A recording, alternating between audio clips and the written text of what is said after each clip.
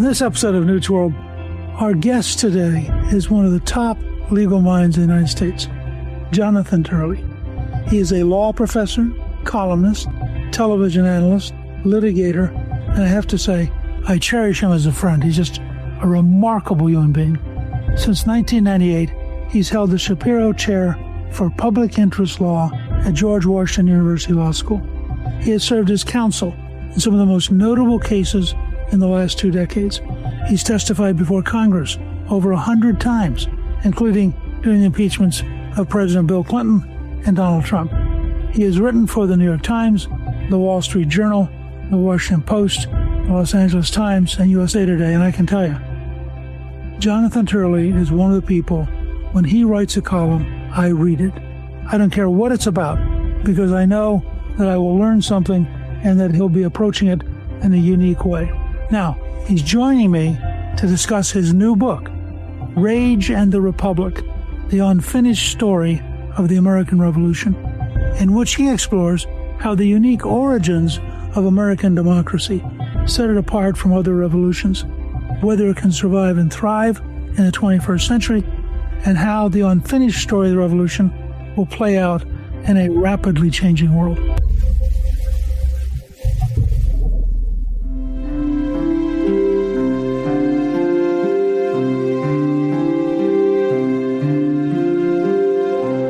Jonathan, welcome, and thank you for joining me again on Newt's World.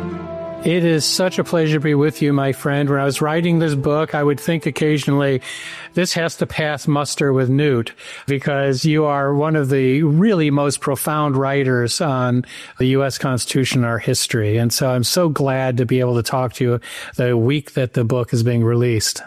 Congratulations. I understand that Rage and the Republic is already a bestseller. That's terrific. I'm delighted by it. The funny thing about this book is that, as you know, Newt, you tend to invest yourself in these books, but I have never been more engrossed in a project. And part of it was that I tell the story of the American Revolution, particularly in the first half, which looks back at who we are and how we got here, through the eyes of Thomas Paine, who was hands down the most interesting historical figure I have ever researched. I drove my kids crazy for 5 years just digging up things about Thomas Paine. But what was really inspiring about Paine is that he came to this country 2 years before the Declaration of Independence. And when he landed in Philadelphia, he was a wreck. He had to be carried off the ship.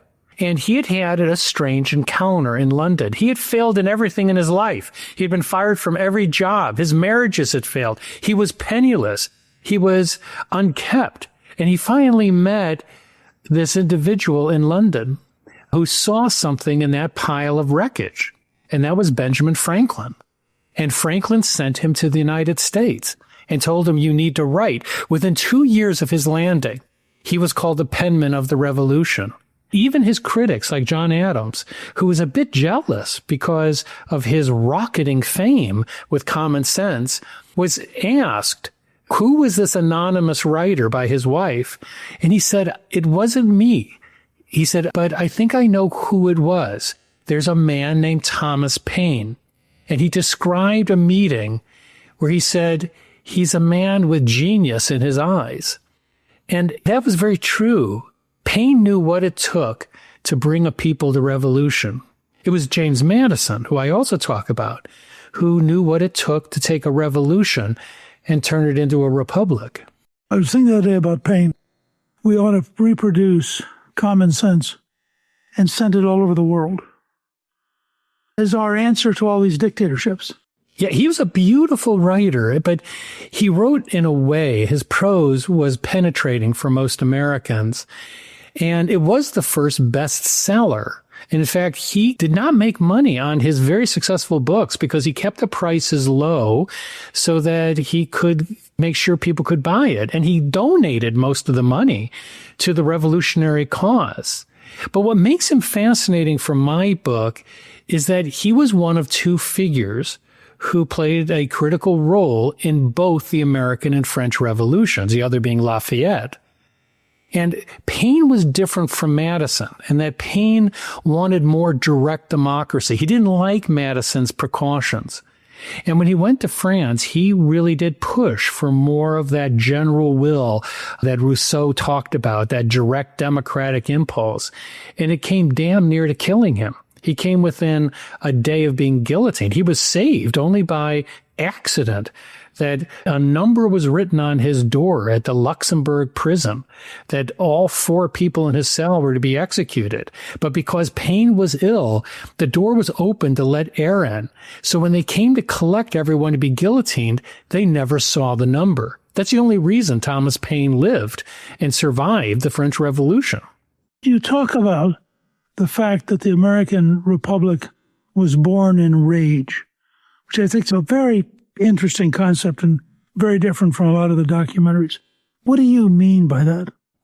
Well, like most countries, we are the product of revolution, and we are the product of rage. The Boston Tea Party was rage, after all. And that's part of the human reality. That is, it takes a lot to bring a people to rebellion. It takes rage. The challenge is to convert that rage into something productive. It's very easy to start a revolution when rage is high. It's much harder to end one. And so that's the reason I compare Philadelphia and Paris as a tale of two cities, where violence was again occurring in Philadelphia after the revolution. At the same time, Paris was erupting into violence. But in Philadelphia, it stopped almost on a dime. And one of the reasons was the ratification of the U.S. Constitution. Suddenly, people had a way to vent that anger, that rage, to convert it into something. In Paris, where they didn't have those precautions, it became a bloodletting known as the Terror. And what I've opened the book with is a statement from one of these French figures who remarked, he was one of the few to survive, that revolution is like Saturn. It devours its own. He was one of the last people standing. And Paine also made reference to that mythological story. And it's true. The Mountain, as it was called, those Jacobins, Robespierre, Marat, that I talk about in the book, they were all guillotined, one after another. They were devoured. But the United States became the most stable, successful democracy in history. So the question the book raises is, why? Why was this a unique republic? And what can we learn from that, looking at the 21st century, where we are about to encounter challenges that we have never seen before? Before we get to the challenges, one of them, I think, is that in some polls, 63% of Americans say they have little or no trust in the political system. Isn't that extraordinarily dangerous for our survival? It is, and you're quite right, Newt. The book talks about the rise of what I call the new Jacobins. And like the old Jacobins, the originals, they're not the proletariat. The Jacobins in the French Revolution were professors, journalists, aristocrats. They were part of the establishment. And they ultimately, many of them executed themselves, as I noted. But the new Jacobins look a lot like those original models. That we have the dean of Berkeley Law School saying that the Constitution is a failure. We have law professors saying that we have to trash the Constitution. One of my colleagues is pushing to amend the First Amendment because she says it's aggressively individualistic, which of course is true. The thing of what people have to remember about the American Revolution is it was the first Enlightenment revolution. That's why people were so captivated by it. That's why books that appeared in Europe often described Americans like we were a new species of humanity. Because after all, we didn't have any shared land, culture, religion. We had a legacy of ideas, Enlightenment ideas, that individual rights belonged to us as a gift from God, not from the government. You make a point that the Declaration of Independence, in 1,320 words, shatters the entire structure of earth-based authority and refers to our rights coming from our Creator. To what extent do you think that moved across the planet and inspired people? Well, it certainly inspired it at the time. I quote one Frenchman who wrote a very popular book. He wrote under the name Farmer John. And he had a farm in the United States, and he used it to describe what was happening. And these copies of his book were snatched up all throughout Europe. But one line really struck me the most, and I quote it a great deal in the book. He said, "What then is this American?" And that really was the question everyone was asking. What then is this American? Who are these people who think that they can create a republic based on natural rights? They were fascinated by us and inspired by us. The French were. Paine was given French citizenship. So was Washington. So was Madison. But what the French could not tolerate was the limits on democratic power. The framers were insistent that they didn't want Athenian democracy. Athenian democracy was a failure. It ultimately resulted in tyranny. They did not want that. They saw direct democracy as nothing but a mobocracy, as one said, or democratic despotism. So they created these limits as a protection of liberty. That's what the French refused to accept, and that's what led to the terror.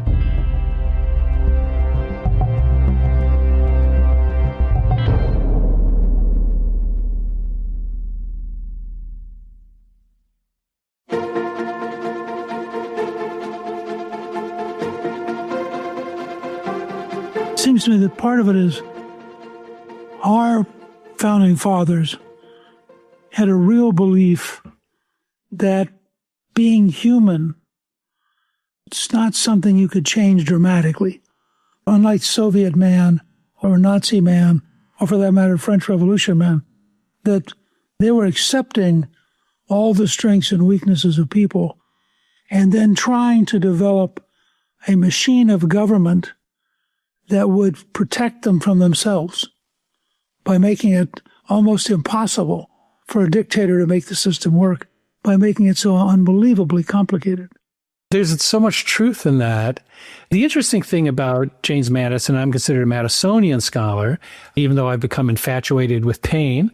But the thing about Madison is I always chafe a bit when people refer to him as a cynic.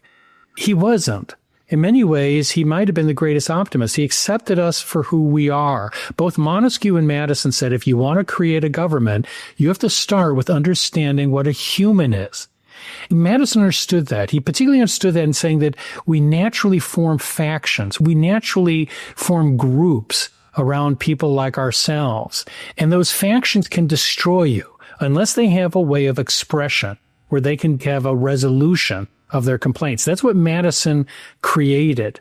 So we have this madness. All of this goes into the center of the legislative branch, and it beats around in there with different people, with different constituencies and different interests. And what comes out is a majoritarian compromise. It's not in any way neat, and it's not often nice to look at. Tocqueville himself said, it's a very strange thing to watch Americans. They go in every direction, but somehow they seem to get from A to Z faster than any other country. Tocqueville, in that sense, was kind of overwhelmed by us, almost like one of those science fiction movies where he found himself dropped into a society so dramatically different, so energetic, so decentralized, and so self-initiated that compared to the aristocratic world he came out of in Europe, it's almost like he's disoriented half the time, trying to figure out how does this work. I think that's true. It's sort of like what Locke said, that in the beginning, all the world was America, to paraphrase his statement. There was this feeling that this was not just a new world in terms of territory, that it was a new world in terms of humanity. We weren't subject to those calcified class barriers that existed in Europe. People came here to reinvent themselves. Thomas Paine is the best example of that. He was a human wreck. He had failed in everything. He came to these shores to reinvent himself. What he found out was the most valuable thing he had was in his head, his ability to write. And within 2 years, showing the prospect of opportunity, within 2 years, Common Sense would be the world's first bestseller, and he would be the penman of a revolution. Paine writes this amazing Common Sense. The country's on fire. And then gradually reality sets in. The British Army is the most powerful military in the world. They do start grinding us down. And Washington realizes that the optimism of common sense won't carry us through the war, that we need somebody to explain why it isn't working. And he runs into, on the long retreat from New York towards Philadelphia, he runs into Paine, who is marching in the army as a rifleman. And he says, I don't need you as a rifleman. I need you to explain to us why this is so hard. And so he basically sends him onward ahead of the rest of the army, and he goes to Philadelphia, and he writes The Crisis. These are the times that try men's souls. And The Crisis is his effort, and I think it's the combination of the two books that makes him such a giant in terms of the rise of liberty in America. Because The Crisis helps people realize, yeah, it's going to be hard, but we can do it. I think that's very true. It's funny because Paine was never really accepted by most of the founders' class. They preferred someone like Jefferson. So do historians. Jefferson was tall and handsome, erudite. He was a landowner. He was a slave owner. Paine was none of those things, including being fervently against slavery. He was also, quite frankly, a drunkard. He tended to have fights with everyone that he came about in a pub. But he had this ability to write beautifully, to speak for a nation. And Newt, one of the interesting things about the book is I trace his life all the way through these revolutions, all the way to the end of his life. Probably the lowest moment came in Luxembourg in the prison because he felt that Washington had abandoned him. And it was a very telling series of letters because Paine was not very successful on human relationships. He seemed clueless about humans, but brilliant about humanity. It's sort of an odd combination. But the one person that he seemed to have a deep attachment to was Washington, who I think he felt almost a father-son relationship. He was always there for Washington. And he felt that Washington had abandoned him in that prison.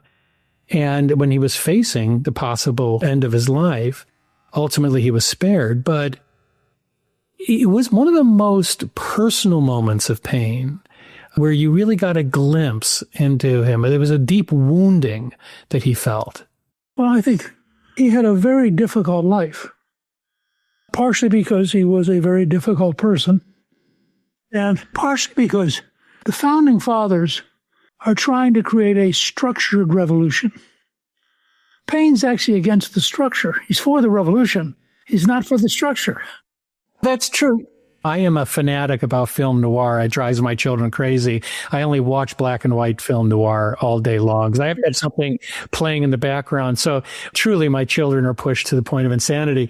But my favorite line from a film noir came in a Fred Murray picture, and I mentioned it in the book about Paine. And Fred Murray is in this scene with the ultimate femme fatale, which he has spent the night with, and then realizes that she has betrayed him like her husband once again. And he goes to the door and turns around and delivers the best line ever made in a film noir movie. He says, "You know, I love you so much, I only wish I liked you."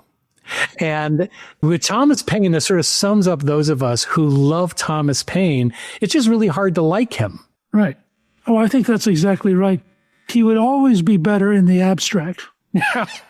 Well, that's what Benjamin Franklin's daughter said. She said, it would have been so much better if you had died after common sense. And I point out in the book, this was one of his friends.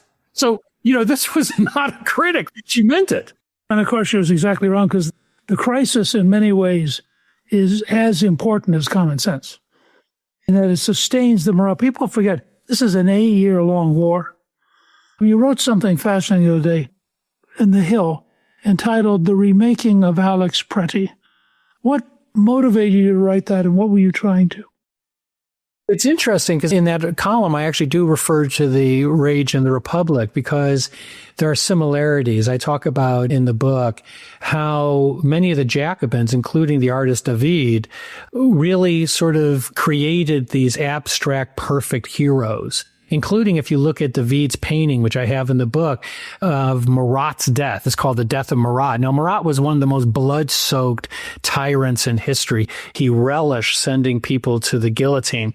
He was assassinated by this beautiful woman by the name of Corday. And the trial of Corday became a turning point against the Jacobins, against the Mountain, against Robespierre. But the painting shows Marat not covered with sores, which he was because he had a rare skin condition, but is this alabaster, almost pietà in his bathtub where he was killed. The same thing happens in our times, that many of the people today who are calling for radical changes, including socialism, communism, the dumping of the American Constitution, they're cut out of the same bolt as some of those Jacobins, as I mentioned. What's interesting about Preti is that we've had these recent sort of a modern version of David where his image was enhanced by AI to make him look more handsome. And Dick Durbin on the Senate floor was accused of using an enhanced AI image that made it look like he was executed with a coup de grace to the head. All of that is very familiar during these periods where imperfect times demand perfect heroes. And the fact is, there was no one perfect that day. There never is. Police shootings are never perfect. But there's this need to make that perfect hero. What concerns me about what we're seeing in places like Minneapolis is it is very familiar. If you read this section on Philadelphia in Rage in the Republic, it will read a lot like Minneapolis. Some of the same voices, some of the same demands are being heard, and we saw much of the same violence.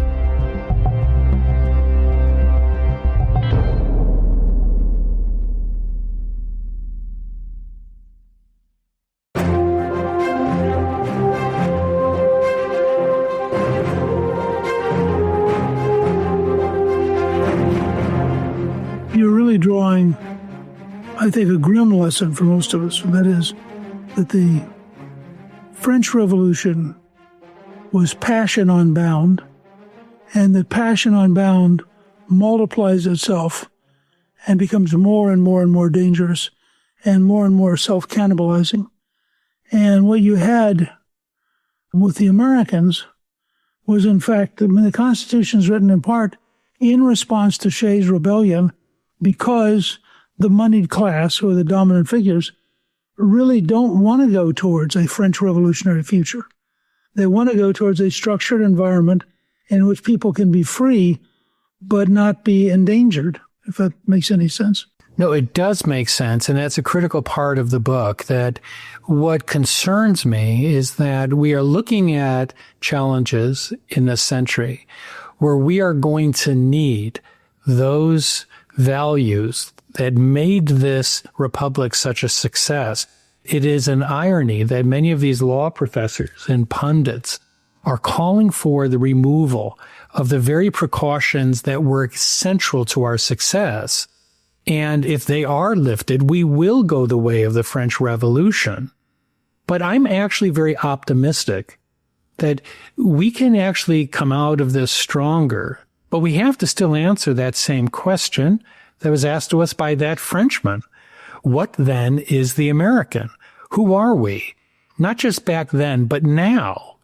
If we can answer that question, then AI and robotics and global governance are not going to be as great a challenges. But if you look at places like the EU, I have less optimism that the EU will survive this process. In fact, I consider EU a great threat. I consider EU heading very much towards where we saw in the 18th century in France. The European Union has gone down a road of bureaucratism and the elites deliberately keeping a lid on the populace by a variety of devices, so that over time you have almost a process of hardening of the arteries as Brussels is more and more out of touch with popular sentiment, and as the bureaucracy is less and less able to modernize and therefore can't deliver the goods and services that are necessary for people to be comfortable with the government. I mean, I don't see, frankly, how they get off this track. Nor do I. I was talking about this book months ago in Prague, and one of the audience members, there's a lot of EU people there, said, you seem very optimistic about the United States, but not so much the European Union. And I said, that's correct, because you've destroyed the very values that this book talks about. You have removed the democratic process from individual citizens. My book talks about how all rights are local, just like politics, that the framers knew that you needed to hold rights the closest. That's why the federalism system was so important. That has all been lost. They have burned away the very structure that they will need to get through this. What I talk about in the book is that the combination of robotics and AI are going to result in massive unemployment. Now, that doesn't mean that that will be permanent, but there will be a large number of people who are unlikely to get jobs. We've never faced a population that large. Capitalism then adjusts and finds what I call homocentric jobs and enterprises that people can do. But that is a challenge for us. The difference about this book is that there's a lot of books talking about the estimate of unemployment that will come from AI and robotics.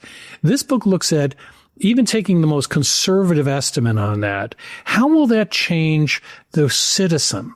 If we have a large number of people who are supported by the government, how does that change their relationship to the government? We can't have a kept citizenry, as I say in the book.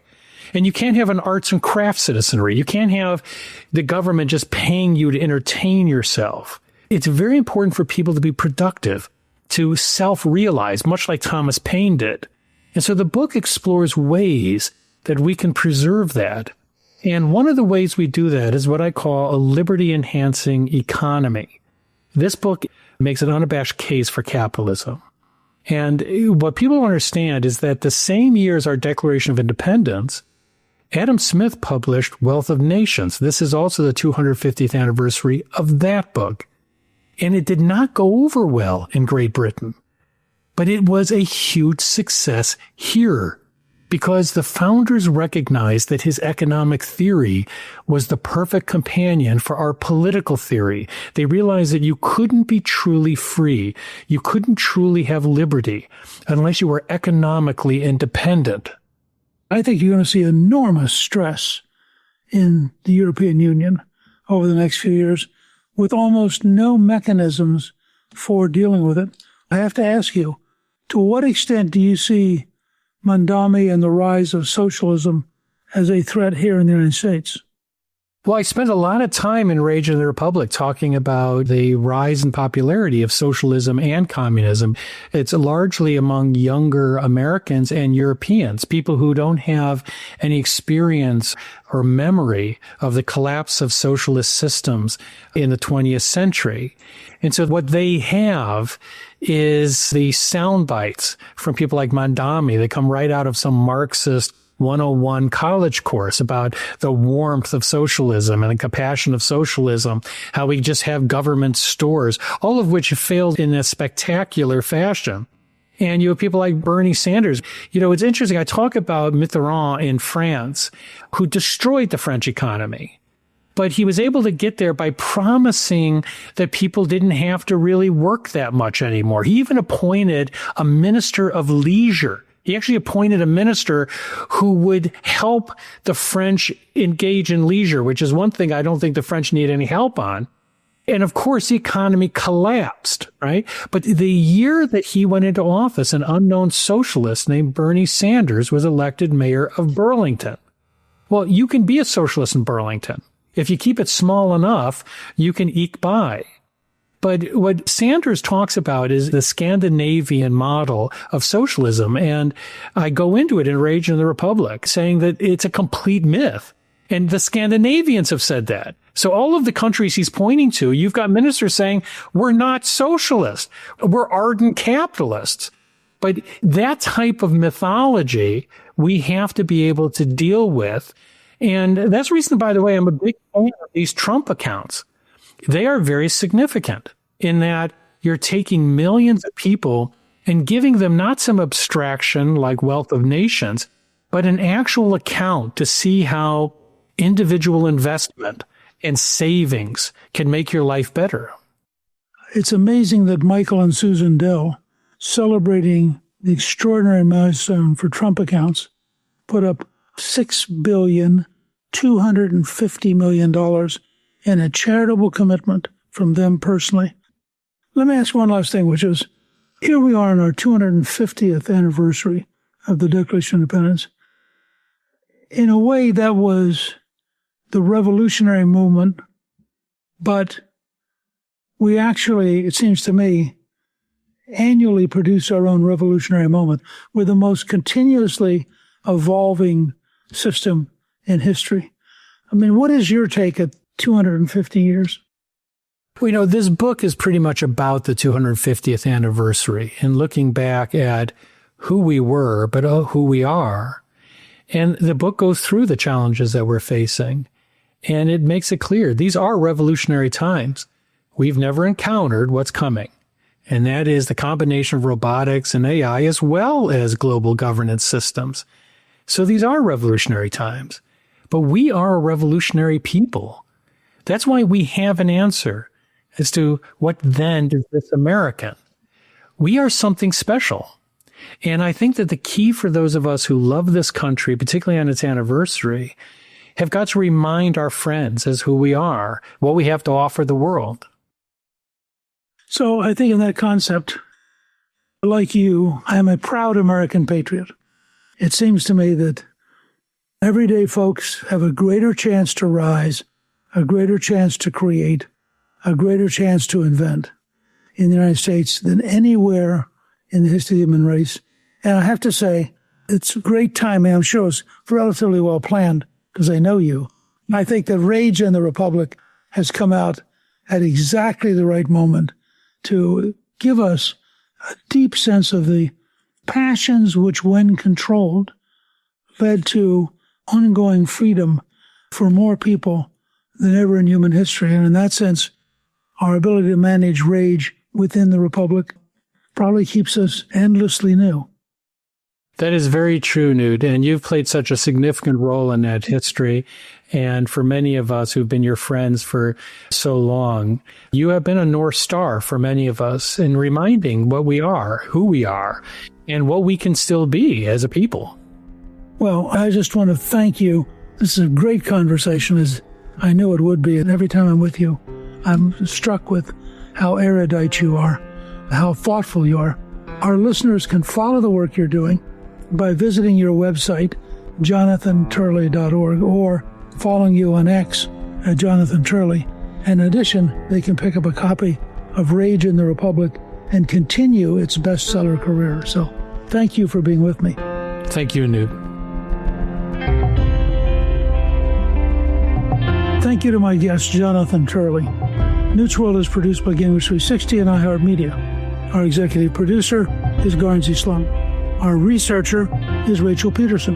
The artwork for the show was created by Steve Pendley. Special thanks to the team at Gingrich 360.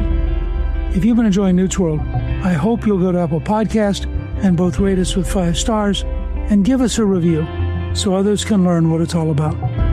Join me on Substack at Gingrich360.net. I'm Newt Gingrich. This is Newt's World.